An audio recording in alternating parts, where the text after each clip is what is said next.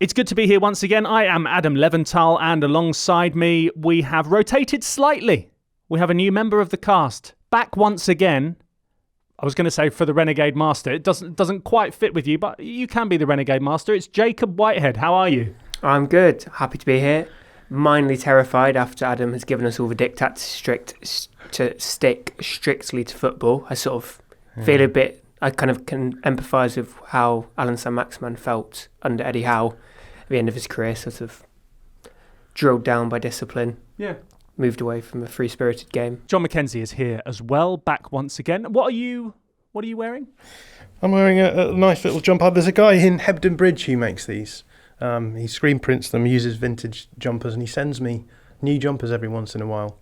A guy called... It's Born Again Prints is the name of their company. And we also have Tim Spiers on the show once again. Tim, how are you? Once again. Yeah, I know. I keep going with the ill behaviour, as they say. Exactly. You know what? I actually performed in a fashion show dancing to that song when I was 17 years old. Footage? There is footage. Oh my God. Yeah, there is Where probably is it? footage. I'll find it. It's on a video. That's almost unbelievable. No, it's not. Why would it be unbelievable? I just didn't expect any of those words to come out of your mouth. Fashion show. There's a lot. Dancing. Once again, like the Renegade Master. There's a lot of stuff that you don't know about. Clearly. Me. Yeah. Anyway. Right. Should we go through the fixture formation? Yes, it is slightly quirky this weekend. Obviously, we've mentioned it's the Premier League and the FA Cup. So we have a minimalist Premier League fixture formation of just 3-1 on Saturday and Sunday. The 3 p.m.s on Saturday are Burnley against Brentford, Luton against Forest, so sort of 2 relegation fixtures, and then mid-table against Champions League chasing with Fulham against Spurs. That's at 5:30. All these times GMT if you're listening around the world. And on Sunday at 2 o'clock, we've got another Battle of the Claret. It is West Ham against Aston Villa. And then in the FA Cup quarterfinals this weekend, Saturday, 12:15, we have Wolves against Coventry.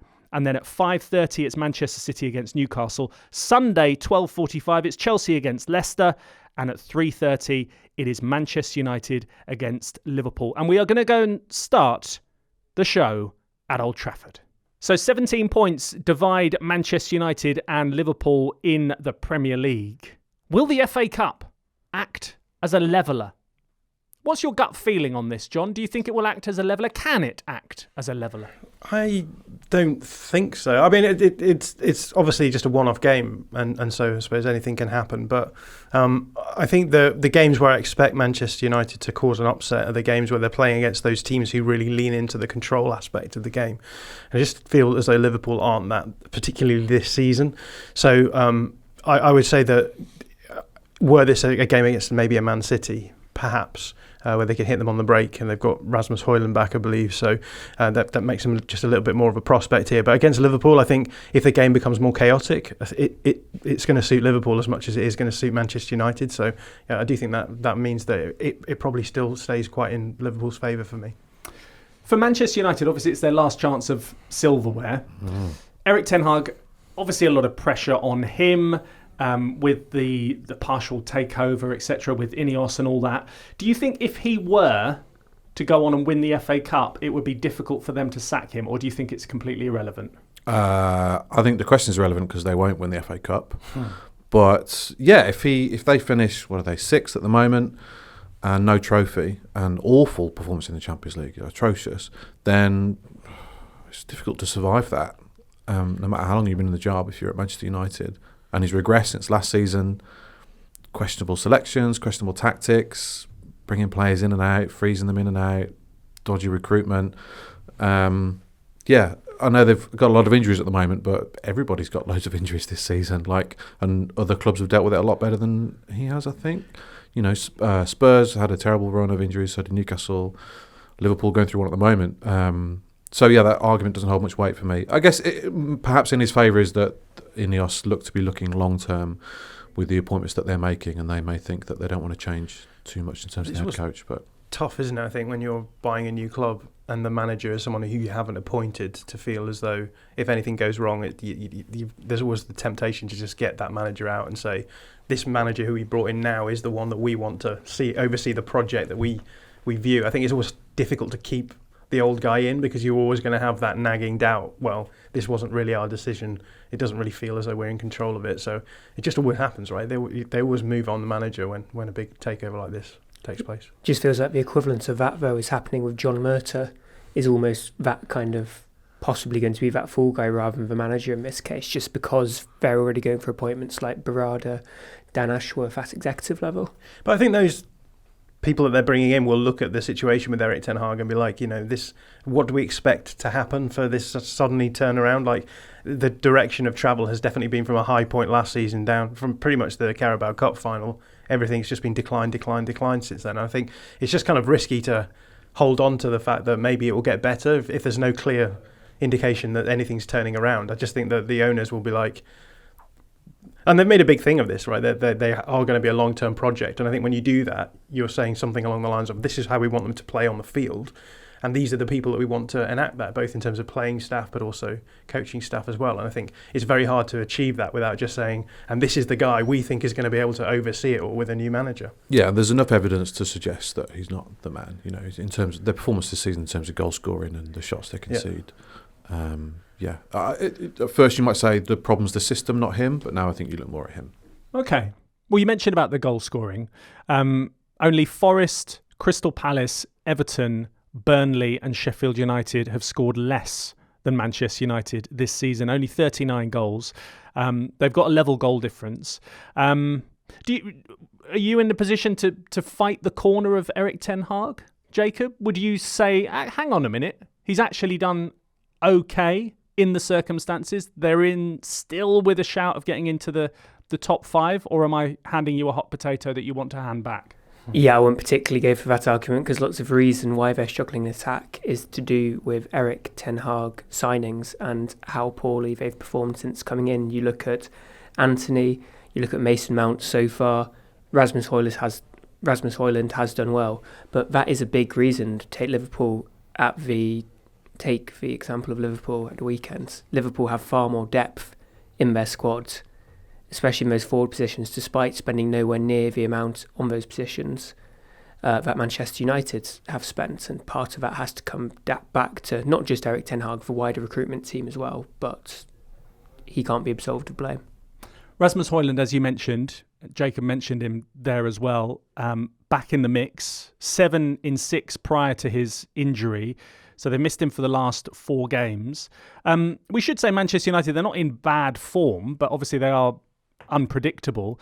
What will he add? And can he give them a real sort of boost towards the end of this season? Maybe give them a greater chance of getting into the top 5? Yeah, I think with Rasmus Højlund, what Manchester United bought was a project striker. He wasn't the finished article, and they will want him to develop. So I guess if you consider the fact that they seem too far off the top 5 and they may get knocked out against Liverpool in the FA Cup, I would start seeing this, at least for the owners, as an excuse to see what they're going to get out of some of the players that they've got in their squad and think about the future. And I think Rasmus Højlund's a great one for that, because we've seen he came in, wasn't really being provided with the sorts of chances that he thrives on, but has still really started kicking on and making a big difference for the team. So I think that, the rest of the season for him at least should be a good chance for him to just showcase what he can do, develop his game, and I expect to see him being touted as one of the best number 9s in the world in the next few seasons. So, quick word on Mason Mount, who is back in the mix, and we've obviously mentioned the sort of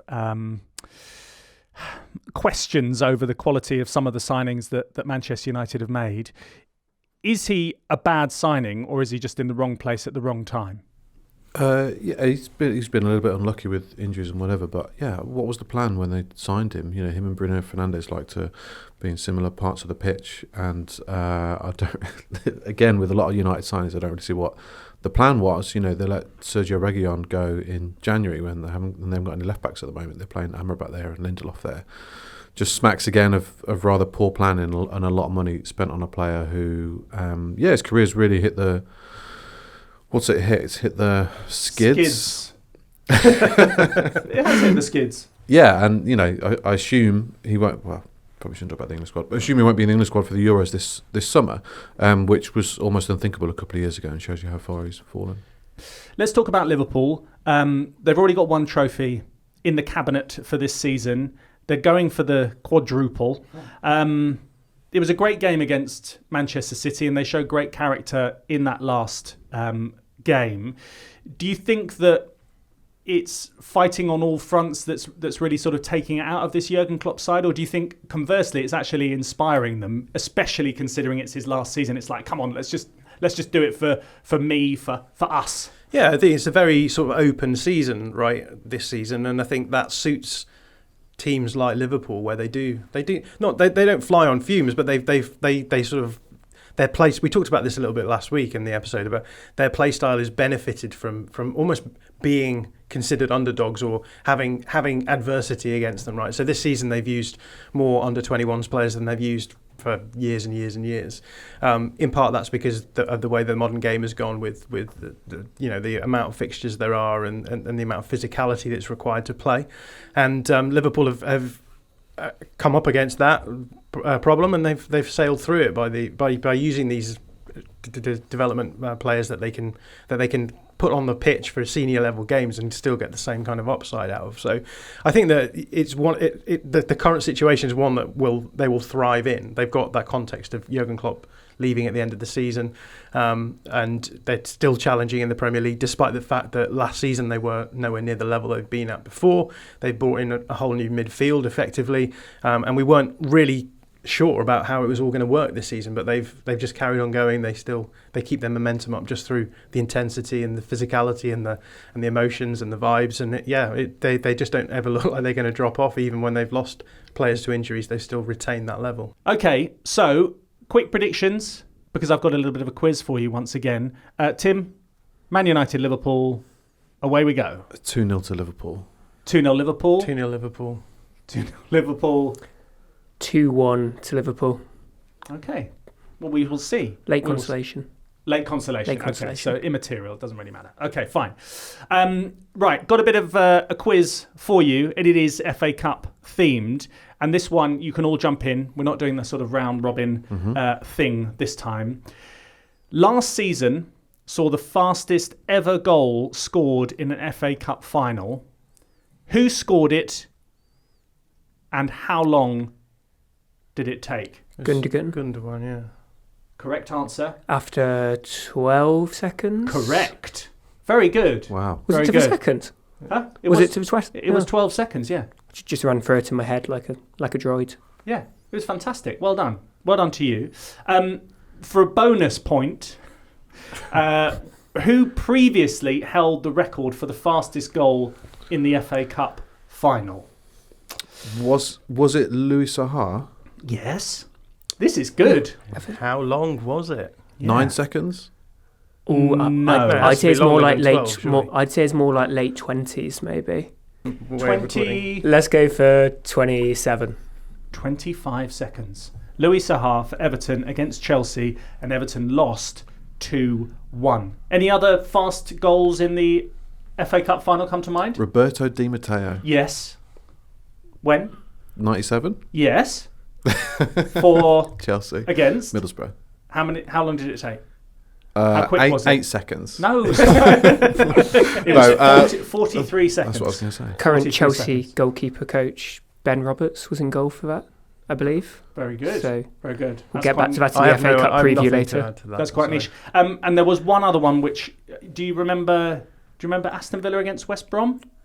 Back in 1895? You know Villa, don't you? No? I don't actually believe they were timing the game in 1895. I think it was just sort of like random, you can play for as long as you want. But anyway, it was Bob Chatt, 30 seconds, Aston Villa against West Brom. I don't even know who he played for. Do you know who he plays for? No. Those are the days where they did replays, right? And you would never have penalty shootouts. It would just be if you drew at the end of 90 minutes, you'd do another replay and do another replay. Exactly. Let us not keep going and going, and let's move on to another big game in the FA Cup this weekend. That's trivia. That's this. Here we go. So let's turn our attention to the FA Cup holders, Manchester City. They beat Luton 6-2 at Kenilworth Road in the last round. Erling Haaland scoring 5. Newcastle, they were taken to penalties by Blackburn at Ewood Park. There have been some tight games between these two sides this season. 1-0 win for City at the Etihad. Newcastle knocked City out of the Carabao Cup by the same scoreline.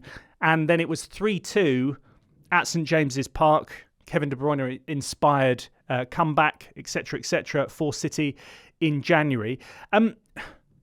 Does anyone feel like this is anything other than a City win? Can anyone make an argument for Newcastle? I'm looking at you, Jacob, because of your recent history of covering Newcastle. It just feels like this is just a regulation City win and advancement into the next round. Yeah, Eddie Howe's side often seems to play quite well against City without coming away with a result. So I think the 1-0 win in the Carabao earlier this season was the first time that Howe had beaten a Man City side. I think ever. I might be corrected on that. I kind of just get the sense that they've already gone to the well twice against City. They put so much into themselves, so much into it in the 3-2 game in January, where they still had designs on European competitions. The 1-0 win in the Carabao Cup was obviously really big emotionally. They played pretty poorly at the Etihad though in the second game of the season, and that sort of started off a little downward spiral they had. I just get the sense with Newcastle that yes, this is an important game, but with how thick and fast they've had to deal with stuff this season, with kind of all of the different tribulations they've faced, it's still kind of difficult for them to move away from the league. For City, I guess, we've got the international break coming up, but they do have in the back of their minds that after the international break, they've got a really, really important game against Arsenal in the title race in the league. Do you think that this will have any impact on how Pep Guardiola approaches this game in terms of maybe thinking, well, look, they're going to have quite a heavy workload when they go away. I might try and ease them off going into this international break, considering I don't want them to be burnt out for when Arsenal come. I mean, or is the timing too broad to think about that game yet? I think the noises that we always hear from Manchester City players when they're talking about the fixtures stacking up, is that they are taking every competition seriously. So I'm sure that there will be an impact, because there will be they'll plan for the eventualities that you have games close together, big games close together. I guess with this game, I find it interesting because the weak spot that City have this season is defending counterattacks, and Newcastle are a team who score counterattacks, and we saw that in the 3-2 game recently. 2 of the goals came through Kyle Walker's area of the pitch with I think it was Anthony Gordon and Isak scored as well, right from the same sort of area. So I don't necessarily think that in terms of the players that you have on the field that is going to be an issue. It's not that you're like, what's the tactical breakdown here going to be? Guardiola knows exactly what the breakdown is going to be. I think he'll play his regular team, and the threat will be make sure that we defend these counter-attacks well, and then we'll be okay.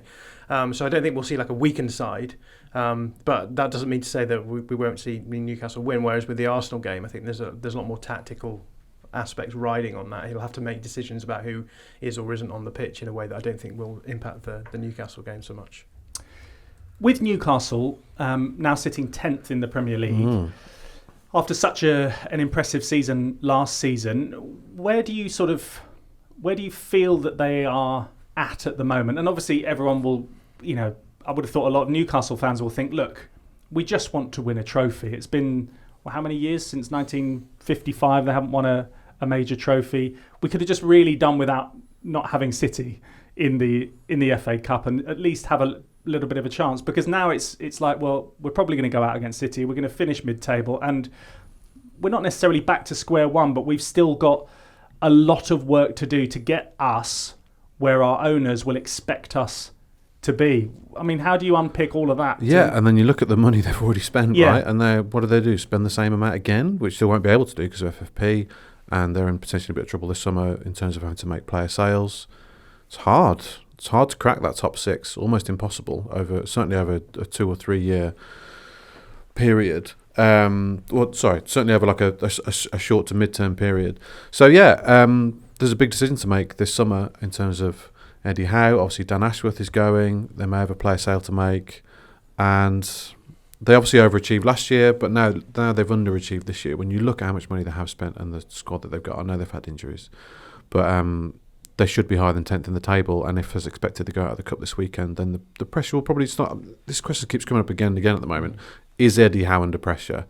And the answer seems to be no, but it will become yes over the coming weeks, because if they keep sliding down into the bottom half of the table, then it really doesn't look great for him. He should be under pressure, I think, because the issue that they have is with control. And last season they were able to control games because they were so intense out of possession that they were causing teams problems in their own half and able to sort of control the game in that way. But this season they've obviously, the intensity has had to drop off. They've had injuries, and it means that they don't have the ability to control games out of possession, which means they need to control games in possession. And I talk about Liverpool, early Jurgen Klopp Liverpool as a sort of analogous example of what happened with is happening with Newcastle. What word did you just use then? Analogous, is that the wrong word? Is that as an analogy? Very good. Sorry, no, carry on. Yeah, I was just interested to hear. Yeah, so we talked about it, I think, on last week's episode as well. When Jurgen Klopp came in, his teams were super intense. They were trying to control games out of possession. They were trying to generate chances through out of possession. But it very quickly became apparent that they weren't able to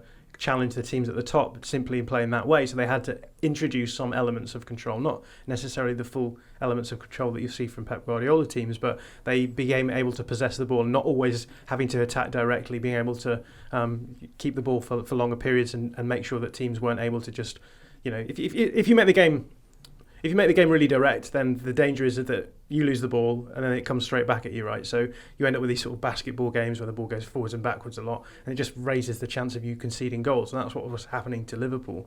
Whereas what we saw Klopp introducing as time went on was the ability to just possess the ball in such a way as to be able to defend with possession, not allowing the opposition chances to attack. And I think that's the move that Newcastle need to make. And if Eddie Howe can't make those tactical developments, then they have to bring someone else in, I think. Jacob, do you think that the owners of Newcastle think like Jon Mackenzie and they think about the detail and the devil being in the detail about how Eddie Howe plots out his master plan? Or do they think, do we not just need a bigger name manager and a little bit more stardust sprinkled on things? Using your insight, inside the club, what do you think they are thinking? And does Eddie Howe sort of, we've spoken about it before when you've been on the show, his sort of lower profile status, will that always work against him? I love the concept of Amanda Staveley having the interior monologue of John. She rings me up all the time, FaceTimes me, and we discuss the tactical nuances of Newcastle. Yeah, what image that is. I think the thing is that there's an element of the unknown about Newcastle's ownership, because the large 80% of the ownership is PIF, who have not had to particularly be active in Newcastle in anything apart from providing funds for transfers. So they've generally left most of the sort of almost day-to-day footballing operation sides to Staveley and her husband Murad Gadusi, who are big supporters of Eddie Howe. PIF ultimately, though, do hold the controlling power in that and could make a change. All the indications of Eddie Howe is going to get, the summer sounds soon, but he will be in charge over the summer unless anything drastic happens. But that doesn't stop all kind of machinations happening in the background. There's lots of speculation around because Jose Mourinho was video chatting to Yasser Al-Rumayyan at the Saudi Grand Prix this past weekend. I think, though, there is an understanding at both the kind of almost excuses which Newcastle have had at their door, not just the injuries, but also kind of to address what John was saying. Yes, there's a recognition that they need to evolve as a style, but purely the speed in which they have moved from, they started a lot lower than Liverpool. They were battling relegation, so they've almost had to go from a we've had to go from a team battling relegation and trying to create chances for out of possession to an elite out of possession side, to then suddenly transforming into an elite in possession side, and that is happening in roughly 24 months. And so, yes, it's 3-4 transfer windows where they've spent a lot, but it is still an absolutely rapid pace of control, and I think that the leadership of the club does recognise that. Okay, let's get your predictions on this game. John, let's start with you. 2-1 Man City. 2-1. Okay, another narrow win. Tim? I think it's purely dictated by the team that Guardiola picks, and if he goes for his strongest team, they'll win 4-1. 4-1. And Jacob? Yeah, well, we haven't mentioned is Kevin De Bruyne, who tore Newcastle apart when he came on in the league match at St James's Park a couple of months back, and he's a doubt, or he's been left out of the Belgium squads. And so I think Newcastle will shut it down, but not do enough. So 1-0 to City. Okay, we shall see. I've got another little quick quiz for you. Are you ready for it? Yay, okay, that's good. Now, Manchester City, they're looking to become the 7th team to win the FA Cup in consecutive years, going back to the very first FA Cup final in 1872. Can you name the 6 teams to have achieved that feat previously? Same format as last week. We'll aim for 30 seconds, and you can name the teams that have won back-to-back FA Cups. And we'll start with John. Arsenal. Arsenal is correct. They've done it twice. They must have done it recently because they won it loads at the end of the Wenger era, did they? Well, they've done it twice. So I'll give you Arsenal So 2 once. points. 2 points. I'll give you Arsenal once. Jacob. You said it went right back to the start. Corinthians, did they win the first couple of years?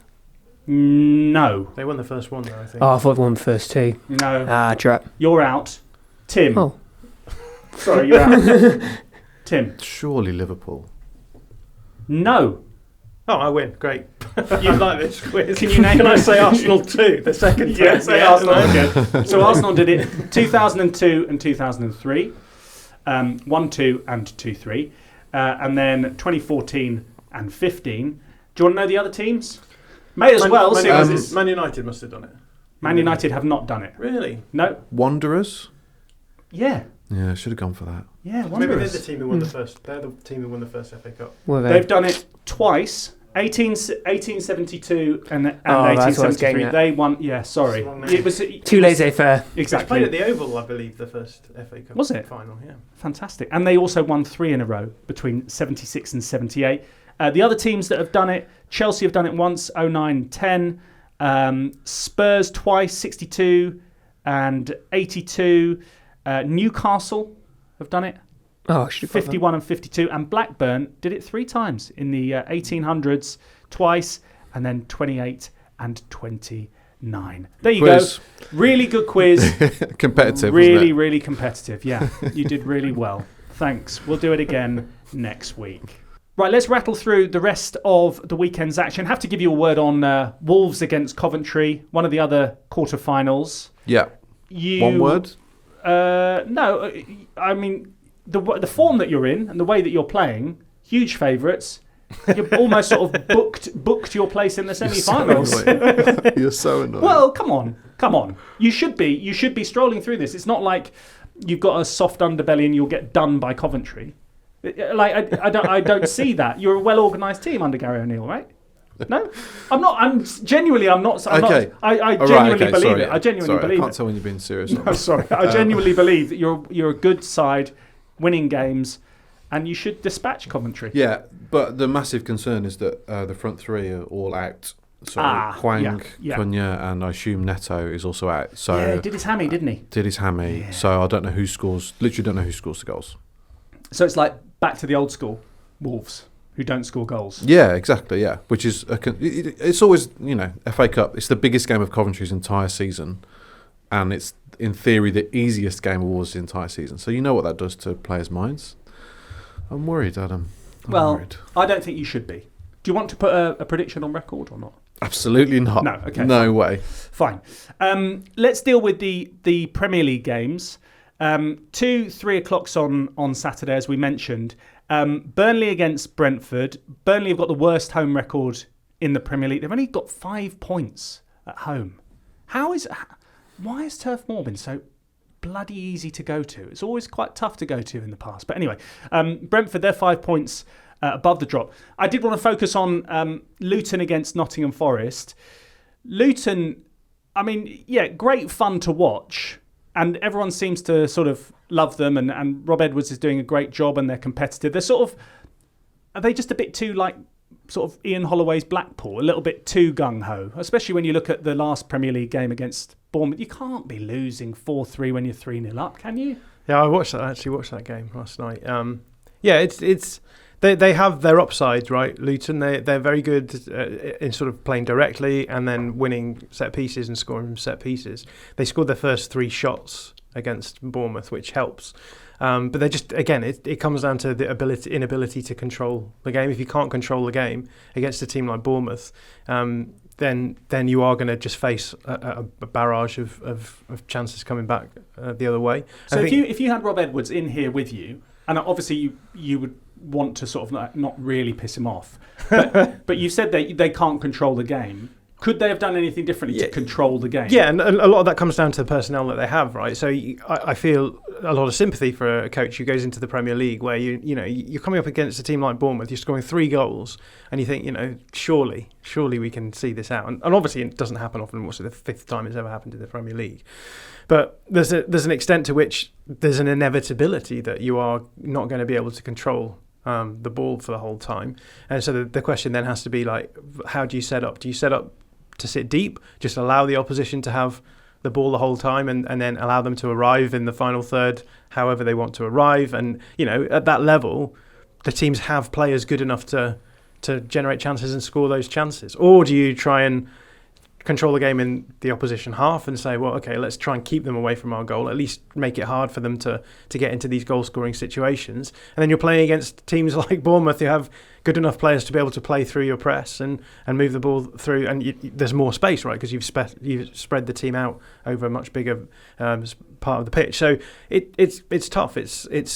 They are a team who probably shouldn't be in the Premier League. They would admit this, that even by their own their own predictions for how the future of the club was going to go, they weren't going to arrive at the Premier League this quickly. So it's a really tough one because you're going to probably go down at the end of the season. And how do you prepare for a season where you then want to go from being underdogs to being protagonists to try and get back up?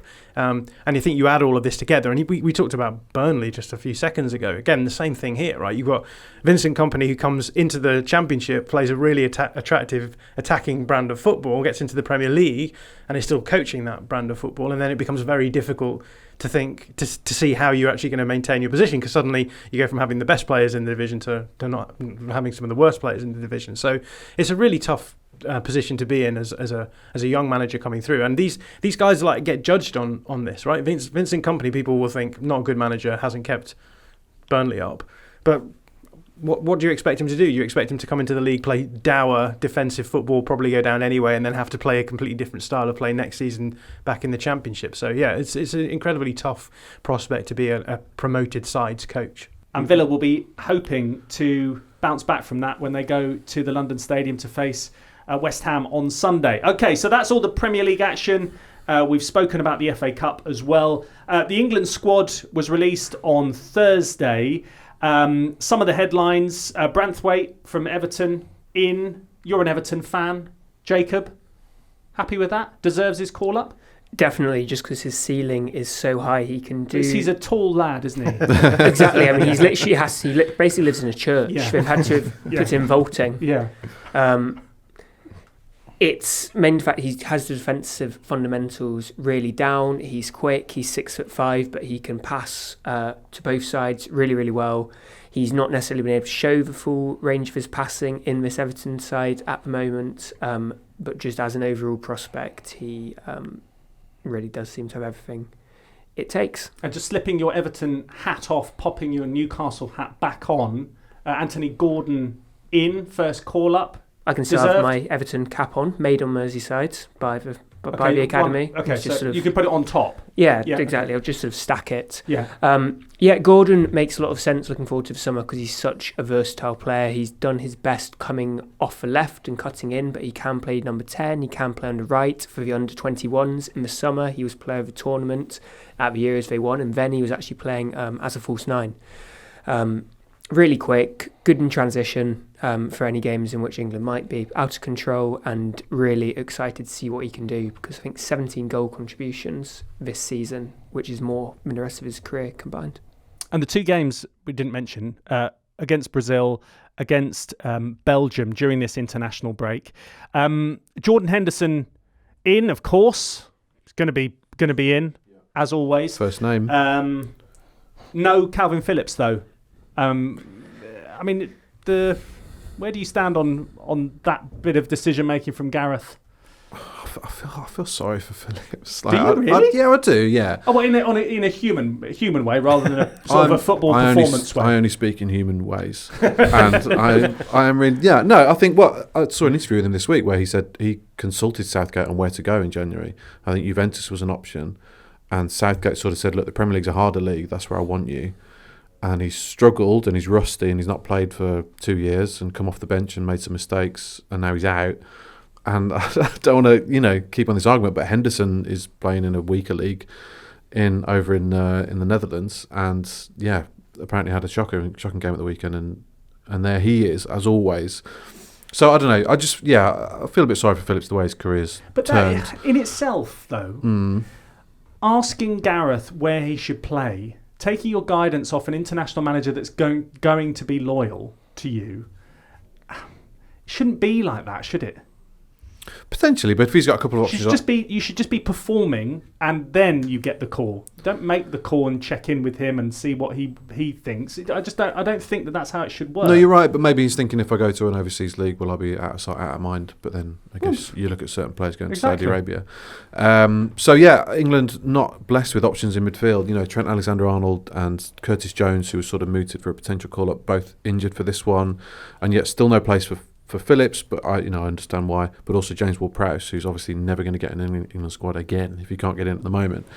So it's an interesting selection. Other players sort of missing. Ross Barkley was touted again. If he's obviously not going to get in now ahead of the Euros, especially after that dismissive look from Adam Leventhal.